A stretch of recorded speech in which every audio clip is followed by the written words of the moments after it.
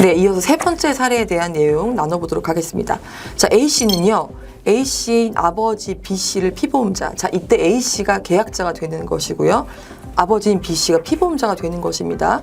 하는 종신보험을 가입하게 됩니다. 이때 착오로 피보험자 서명란의 계약자인 A씨의 이름으로 자필 서명을 하였습니다. 5년 뒤 피보험자인 B씨가 사망을 했고요. A씨는 보험금을 청구했습니다. 보험사는 피보험자의 자필 서명에 계약자인 A씨의 서명이 있는 것을 확인을 했고요. 타인의 생명보험이기 때문에 피보험자 서명 여부가 굉장히 중요한 부분이겠죠. 이와 관련된 사례들이 지금 또 분쟁으로 나오고 있는데요. 교수님, 이렇게 계약자 피보험자가 다른 종신보험 사례 어떻게 처리가 될까요? 아버지가 사망하시면 어떻게 보험금을 다른 사람에 받는다. 어쨌거나 자기 보험 가입하는 사람이 피보험자가 되지 않고 아버지가 혹시 돌아가시면 자 이겁니다. 이것이 보험 사고 일어나는 것이 보험 가입하는 사람이 아니라 제3자예요. 자 여기에 가입한 사람이 여기 있어요. 예, 보험 가입자인데 보험 계약자 A죠. 그런데 보험 사고가 자기한테 일어나는 게 아니에요. 아버지 B씨다. 아버지 보험 사고가 여기 일어난다 이게 보험 사고가. 이것이 생명보험이다. 예컨대 생명보험 어떻게? 보험 사고가 뭐예요? 돌아가시는 겁니다 이게. 보험 사고 돌아가시면 보험 사고 나면 누가 좋아요? 보험금 받는 사람이 좋은 거죠. 근데 정작 돌아가시는 분은 이분이 보험금 받습니까? 관속에 돈을 넣어요? 아니죠. 내가 돌아가시는데 내가 사망하는데 보험금은 다른 사람이 받죠. 내 관속에 돈 넣냐? 아니죠. 자 이렇게 되면 곤란해요. 아버지가 돌아가시는데 보험금은 딴 사람이 받는 거죠. 보험사고는 보험 가입자가 자기 자신이 아닙니다. 자기 아버지가 돌아가시면 이게 보험사고. 그래서 이게 여러분 아들 아버지도 별개입니다. 여러분 부부지간도 별개라고 그러잖아요.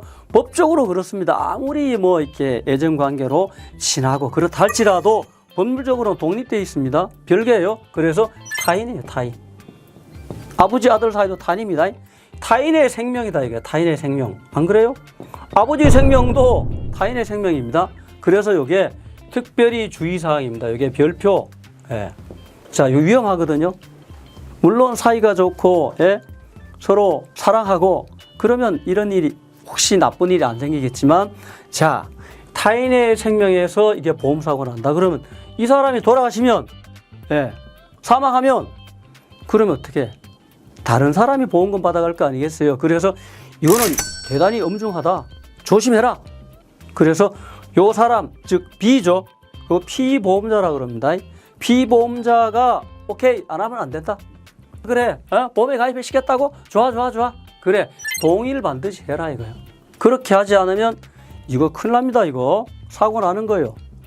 보험 범죄가 일어날 수 있다. 여러분 신문에 나는 불행한 사건 사고가 이런 겁니다. 계곡 살인 사건 이런 거. 그래서 반드시 서면 동의를 받아라. 그 다음에 사전 동의를 받아라 하는 것인데 또 하나 자필로 그러니까 자기 스스로 여기 피보험자 란이 있잖아요. 피보험자가 누구냐 할 때 여기 B가 내 이름을 직접 써라 이겁니다. 이게 동의한 게 되잖아요. 이 사례에서는 그렇게 안 했죠. A가 A 이름을 피보험자는 아니다. 자기 아들 이름을 적은 겁니다.